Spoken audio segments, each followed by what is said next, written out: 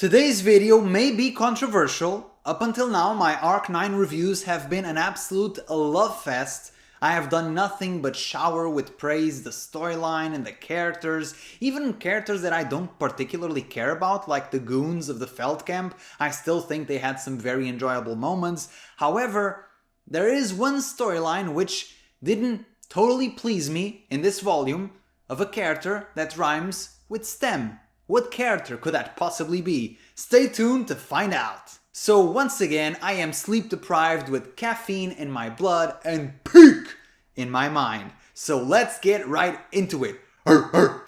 What happened to these intros, man? I used to be so professional. ReZero Web Novel, Volume 41, the continuation of Al's Grand Betrayal, arguably one of the best storylines in ReZero. As we've come to expect from Arc 9, this volume has epic fights, amazing twists, incredible character moments. Tappei has not let go yet. The pedal is still to the metal, full throttle. We are cruising through peak fiction! This volume is noticeably more fan-servicey than the previous ones though, with obviously the big one Ram being vomited out, and also some cute Yuri moments between the ladies, and as well the ex-wives of Regulus are back, including Sylphie. Cool. And you know what they say, ladies first, but I don't say that because I believe in gender equality, so let's start this review with a real man, Otto. Otto keeps being one of my favorite characters in ReZero, and that's high praise, and he initially established himself as the ultimate bro all the way back in Arc 4, and he was already very likable back then. The major difference is that previously Otto had an attachment just to Subaru, and now he has fully grown into the Emilia camp. He is friends with everybody. Except Roswell. He has fully established himself as the internal affairs officer, and he cares and wants to protect everyone in the camp. It became evident during Wallachia and now this arc that Otto is often the rational voice, the counterbalance to the many soft, naive, and sometimes even dumb Emilia characters in the Emilia camp. Otto is, at its core, a very relatable underdog that, despite not being the strongest, does the best with the resources that he has. And this description could be said to like about 10 different ReZero characters, and I think there's something to be said about that. Just as a side note, to me, one of the beauties of ReZero is how well Tappei writes underdogs, people that you want to root for, people that are weak but still prevail regardless. I think one of the main themes of ReZero is the resiliency of the human spirit, how a flawed person can still persevere and achieve great things and make the world a better place for those around him. Despite being very bleak at times, ReZero is a story that inspires you, that shows that even the weakest people, the most insignificant, can achieve great things and do good things. Which is why whenever I see people gassing up the if stories or wanting ReZero to constantly have these dark turns, it makes me think that they're sort of missing the point, because there is meaning to the suffering. It's not just suffering for the sake of suffering. And then I remember I'm probably just being rage baited by teenagers on the internet, and I should probably just close the Twitter tab and do something more productive with my life. Anyway, back to Otto. Much like Subaru, Otto is very hard on himself, and he bears more responsibility than probably he should have. And so the events of Arc 9 make him snap because they play to his insecurities about not being able to plan properly and protect the members of the Emilia camp. He was so sad that he even cried in front of Emilia, something that he has never done before. He has never been this vulnerable in front of a character that's not Subaru. And so it goes to show once again that the members of the Emilia camp, they're super tight now. It's not just about Subaru. They are friends, they're like family, they care for each other. And I thought this scene was great. Emilia lifted Otto's spirits so high that the man has now ascended. He is in demon mode, without sleep, just tracking Al 24/7, giving them not a single moment to rest. He is obsessed, and I love it. I really enjoy this vengeful, spiteful side of Otto because it really goes to show the lengths that he will go against his enemies. And if I was Al and I spent this long without sleeping, I would not be able to function, especially with a brain-intensive authority like he has. So if the lack of sleep plays into Al's defeat in the end, honestly, I wouldn't even be mad because number one, it's realistic, and number two, goes to show Otto's efforts. Speaking of Emilia and Al, their fight was great, and it really showed that Emilia is a hard counter to Al, both psychologically and physically, or perhaps magically. In terms of abilities, Emilia's fighting style, especially due to her personality, is more about freezing and not necessarily one-shotting, so she is Al's nightmare matchup, especially now that she has added frost damage to her abilities. She is one of the scariest opponents in the series, and it almost makes me question if Emilia is becoming too strong for the story, because if you can finish off Emilia fast, and I know a lot of you would like to finish off Emilia, stop it, because if you can finish the fight fast, then Emilia will just grind you out. She is what you would say in RPG terms a stall build, and she's very effective at it. What I mean by this is that unless she's against a freak like Reinhardt or Ceci, she will always be favored in any battle of attrition. She will wear you down, overwhelm you, and freeze you, and much like Roswaal said in Arc 8, she has even more mana than him, so you can't really outgrind her. If Al at any point was careless and gotten frozen solid and couldn't even use the poison in his mouth to reset, that would have been game over. This fight was excellent in terms of the pure spectacle and the choreography of Al trying his best to survive the Witch of Glaciation, and obviously a big part of it was the interpersonal aspect. You have Emilia as furious as she can be, and she has strict orders from Otto to not talk to Al, and yet her lack of IQ, I mean her kind personality, please don't hurt me Emilia fans, her kind personality always shines through. And meanwhile Al is super awkward around her because much like Subaru, it's presumed that he has some degree of affection for her,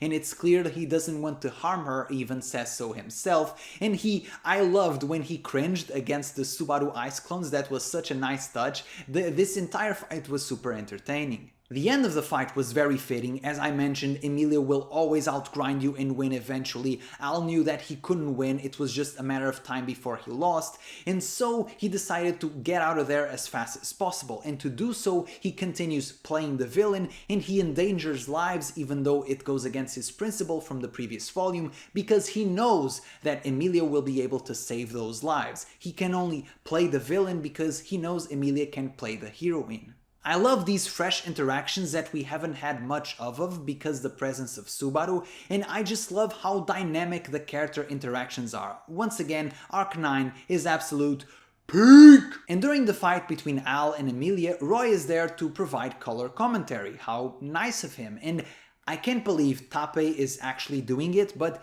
he's managing to win me over with Roy. And you guys know I don't really like the Archbishops of Gluttony. I think they are the lamest villains in ReZero. Even after Wallachia, I'm still not a huge fan of Spica, but I have to admit, Roy here was entertaining.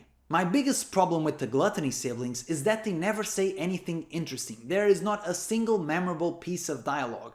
For example, Roy's dialogue is always something like, Ine, how nice, this is so nice, ah yes, nice, I'm hungry, blah. And we know that the unhinged rant is a trademark of the Archbishops. Betelgeuse rants about love, Regulus rants about his human rights or whatever he was on about, but it was always interweaved with their personalities in between. Betelgeuse especially was deliciously evil even despite his maniacal rants. The Gluttony siblings always yapped pure nonsense, but now that Roy is bound by the curse, he's actually talking and saying things, and I like it. We delve a bit into their past, which was very interesting, and we get to see more of Roy's personality. He is an instigator. He's always trying to cause trouble between everyone, and he was hilarious in this volume. I just loved his lines of dialogue, and the verdict is still not final, okay? This is not, if I made a tier list of the Archbishops right now, the Gluttony siblings would still be at the bottom for me, but he is growing on me, and I hope that he can keep improving his status on the Archbishop tier list. And speaking of Roy, let's transition into the possibly most controversial segment of this video, Ram. Roy regurgitated Rem's memories, and although Rem getting her memories back was not something that I was ever opposed to, I think the way this was done felt cheap. This is the first storyline in Arc 9 that I'm not really liking, and I saw all of the worrying signs back in Wallachia and I even talked about them, but now all of my biggest fears unfortunately came true.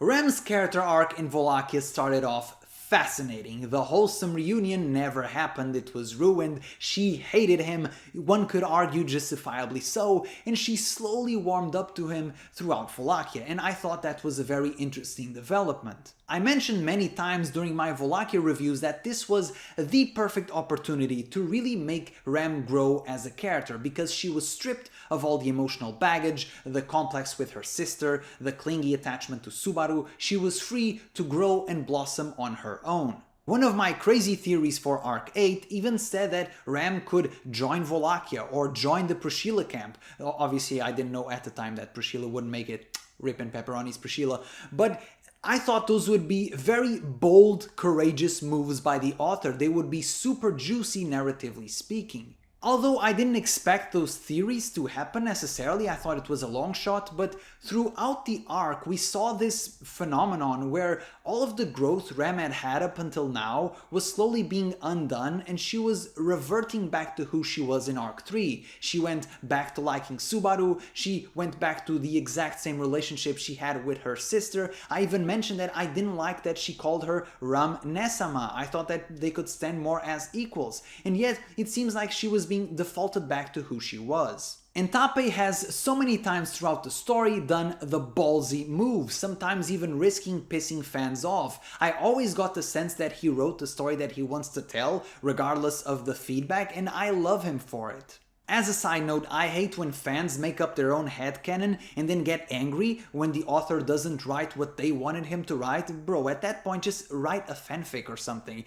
I want the authors to be selfish. I want them to write the story that they want, because that is the most genuine, the most authentic. Although the cynical part of me knows that there are a lot of commercial reasons for story decisions, and that's just inevitable for the story to be profitable. The Rem move would have been a lot juicier, in my opinion, if she grew further into a different person and perhaps even adopted some different values. And when she gained her memories back, there would be this huge clash between who she is and who she was. Perhaps she had a new dream or a new aspiration that didn't quite match what she was before. And I thought that ideological clash in herself would be super entertaining to read. Instead of being a very rocky, very rewarding character arc, it feels like we just took this very long detour with Rem and she is now back at the exact same place she was before, and it just feels like such a waste of potential.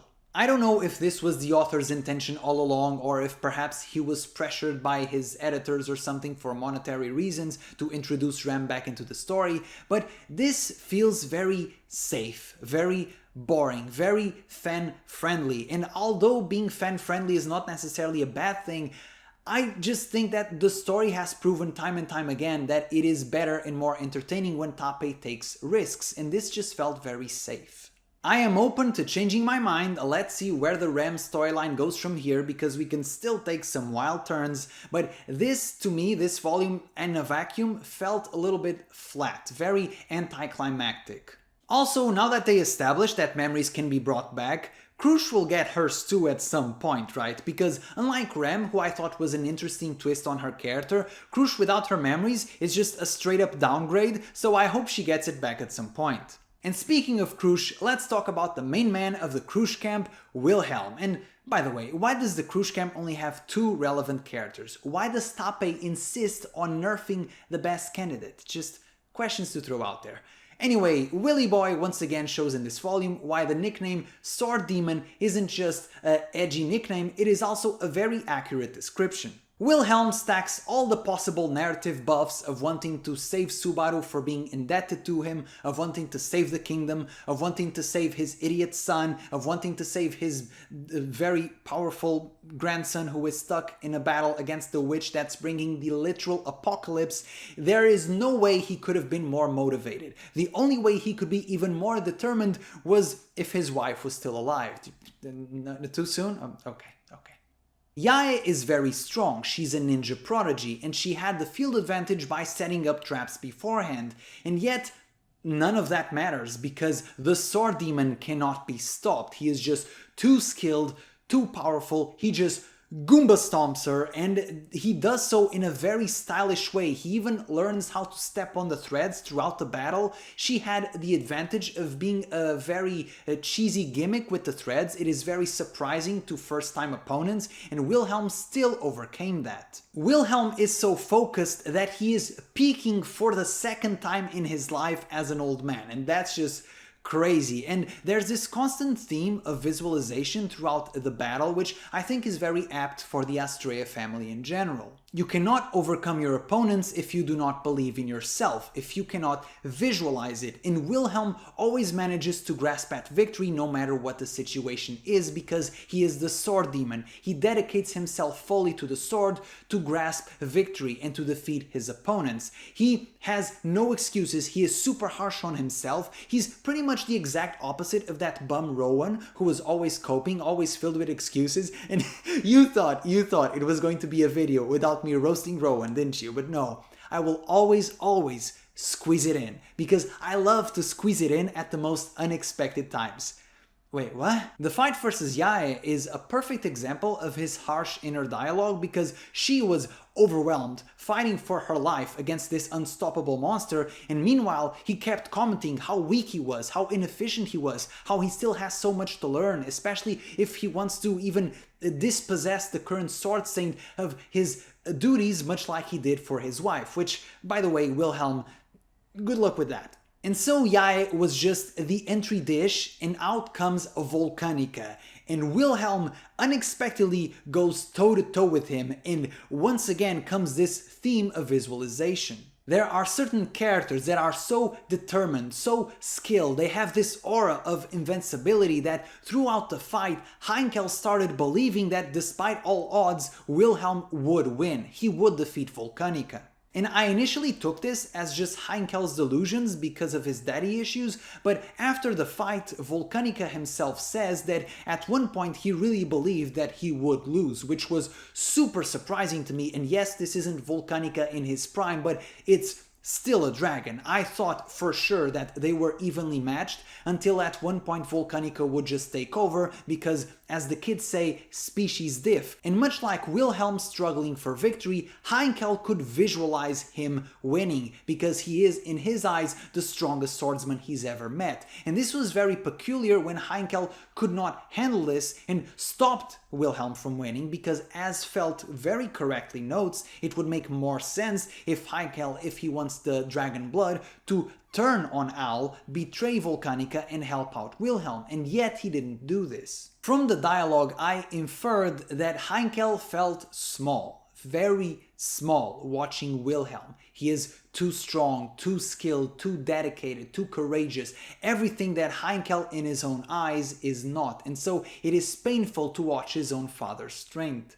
And maybe Willhelm could win, maybe he could defeat Volcanica and save his wife and save Reinhardt, but Heinkel doesn't want that. He wants to save his wife and Reinhardt using his method, not the sword that he has so much disdain for. The Astrea family drama continues being one of the most entertaining storylines in ReZero. I think the whole dynamic between Heinkel and Willhelm and Reinhardt is just incredibly compelling. I think Heinkel is a bum done right. He is very emotionally complex, very layered, and even though he's such a hateable, sniveling coward, you can't help but appreciate him. Heinkel, you may not like him, but he is one of the best written characters in ReZero, and you just have to accept that it is a fact. And speaking of well written, Petra and her newly acquired schizophrenia. I'm loving the Petra storyline. I mentioned in the previous review how young and impressionable and attached to Subaru she is, and in this book it is still somewhat portrayed as cutesy, but it is very, very creepy underneath. She is slowly losing herself, slowly losing her identity and turning into Natsuki Subaru. Having an internal Subaru to dialogue with is very useful, but we can see in this volume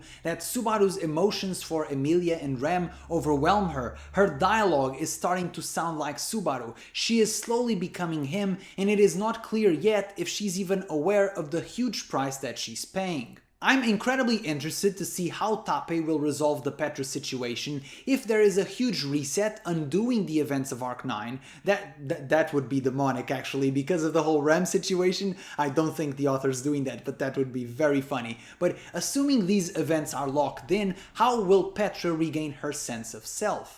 There's also the question of what does Al want Roy for? Does he want him to eat Petra's memories? Would Satella then go away? Is that how it works? And why does Al know that's how it works? But if Al wants Roy to eat Subaru's name, making him sealed and forgotten, effectively removing him from existence, that way Petra's memories would also disappear. And that is probably the more plausible theory, because Al knows that somebody read the book, but he doesn't know who read it or how many people read it. So it would be easier to remove Subaru from everyone's memories than it would be to eat the memories individually of each person. So if Al succeeds, it's essentially game over because Subaru is gone forever, and at that point the series will just become a romantic comedy with Anastasia and Julius, and I know some people would enjoy that. But if Al fails, then what happens to Petra? Will she just be able to stand on her own eventually? And what did she offer as payment to Clind? And would she be able to offer her memories once they have extended their usefulness to Clind as payment, therefore removing them? And let's switch to Clind. His reveal was simultaneously surprising and not at all, because it was always clear that there was something up with him. He had way too many references to be just a random tertiary character with no importance to the story, and his authority may explain why he's so weird. Because he's apparently not compatible with his witch factor, and that explains a lot, because we've seen throughout the series that people who are not compatible with their witch factors have a few mental issues. Regarding the witch factor of Tristitia, or melancholy, however you want to call it, whatever, I'll be honest, I didn't fully understand the compensation method, because it seemed to be intentionally vague and loosely explained, sort of to make Tappei just write whatever he wants, which I guess makes sense, but it was so vague. The potential to influence the world, that can be anything really, depending on the perspective. A pencil can be just a pencil, or it can be a great weapon to write a document that moves many people to make great things. It is always a matter of perspective, so this was very poorly explained, and I think I'll need some concrete examples as to what Roswell used, for example, or what Petra gave up, because the fact they didn't reveal what Petra gave up makes me think it was something juicy and will be revealed later. As far as Clind's lore drops go, I thought they were very interesting, but they felt more like teases and not necessarily reveals. I'm very curious to see what will happen when we get the full story of what happened 400 years ago, because when Al's story comes, they can bundle everything together, but I don't know if they will do so. In Arc 4 they bundled Echidna, Beatrice, Emilia all together, and that's fine, but I think if they go full depth on Echidna's backstory, it just answers pretty much every single mystery in ReZero, because she's involved in everything. So I think they will do it gradually throughout the arcs, and in this arc we will mostly address Al. I think. Maybe I'm wrong, and honestly I hope to be wrong because I want to know the full lore, but let's see. I want to highlight the moment where Meili offered up her blessing was also super wholesome and honestly quite a bit unexpected. It really goes to show how much she has grown attached to the people of the Emilia camp, that she would be willing to go as far as to offer up her blessing, and that was super cute. A very great improvement for a character that started off as a psychotic child. Super cool to see, and also super cool to see that Petra is once again the pragmatic one with the brains, and she knows that without her blessing, Meili is just a useless child. So good on not giving that up. Overall, despite my criticisms, which aren't new by the way, I make criticisms on every single volume almost, I've just been exceedingly positive in these Arc 9 reviews, but still, I have not hopped off, I am still on the hype train, I am still savoring peak in Arc 9. I am disappointed with this resolution to the Rem storyline. I just think it's a bit of a waste, but to be honest, I think we all saw it coming with the way that Wallachia ended with Rem, and so even though it is not surprising, I think I am still hesitant to see where this is going, and make no mistake, it is Tappei, there can still be some weird twists and turns. Rem fans, do not unclench. The fights in this volume are still amazing, the stakes are higher than ever, Al is cementing himself as a villain in the eyes of the world by attacking the royal capital, and I'm just loving where this is going. Even the parallel secondary storylines are super good, like the Astrea family drama, so I'm still very much engaged. Arc 9 is peak! I think in Wallachia there was at one point too many characters, many of which the readers were perhaps not overly attached to, and I think Arc 9 has struck the perfect balance where we have a great variety of characters but not too much that it overwhelms the reader, and every single character has been with us for a long time, so the reader cares a lot about everyone. I think Arc 9 up until this point, all bangers, no misses. Now, as a disclaimer, I will not be here next week, so no videos from me next week, and volume 42 comes out a few weeks from now. So what I will do is I will wait for all of the chapters to have come out for volume 42, and I will make the final web novel volume review for ReZero in this channel for volume 42. And after that, we will do chapter reviews as I mentioned in a previous video. And some of you guys said that a chapter review is perhaps a bit too granular. Maybe not all chapters have enough juice, which I don't think I will make short videos about ReZero ever because I'm a yapper at heart, and also Arc 9 individual chapters have been so juicy. There's always so much to talk about. So I will see, we will see when we get there, but for now, volume 42 is tentatively the last volume web novel review. So until then, be sure to leave in the comment section below what you thought of this volume, like, subscribe, and ciao!